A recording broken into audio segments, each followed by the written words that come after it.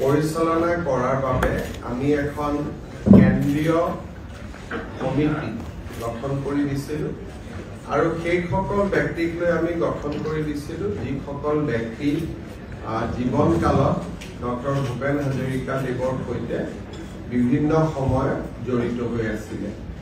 আজি ভূপেন হাজৰিকাৰ পুত্ৰ তেজ হাজৰিকা, তেওঁৰ নাতি চেজ হাজৰিকা আৰু তেখেতৰ ভাতৃ সমৰ হাজৰিকা, ভাতৃ বোৱাৰী মনীষা হাজৰিকাকে আদি কৰি পৰিয়াল আৰু তেখেতৰ সান্নিধ্য লাভ কৰা কেইবাগৰাকীও ব্যক্তি এই শতবাৰ্ষিকী অনুষ্ঠানৰ সদস্য হিচাপে উপস্থিত আছিলে আৰু সকলোৱে বিভিন্ন ধৰণৰ পৰামৰ্শৰে আজিৰ সভাখন সমৃদ্ধ কৰি তোলে।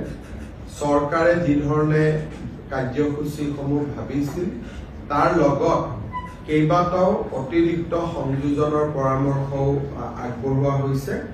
আমি গোটেই পৰামৰ্শসমূহ আকৌ এবাৰ চালি জাৰি চাম আৰু তেখেতসকলৰ পৰামৰ্শসমূহ সন্নিবিষ্ট কৰি আমি আগবাঢ়িবলৈ প্ৰচেষ্টা কৰিম।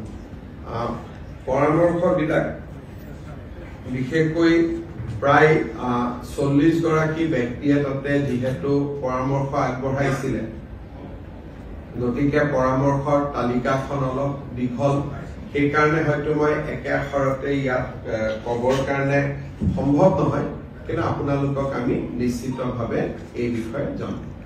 গতিকে আজিলৈ এইখিনিয়ে, পিছত আপোনালোক সময়ে সময়ে চেণ্টিনাৰীৰ বিষয়ে আপোনালোকক জনাই হ'ব।